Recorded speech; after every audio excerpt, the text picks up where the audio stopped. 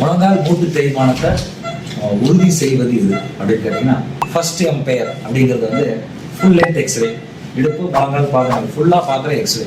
Second umpire அப்படிங்கிறது MRI. Third umpire நம்ம எல்லாத்துக்கும் தேர்ட் அம்பையர் தான் டிபெண்ட் பண்ணியிருக்கோம்.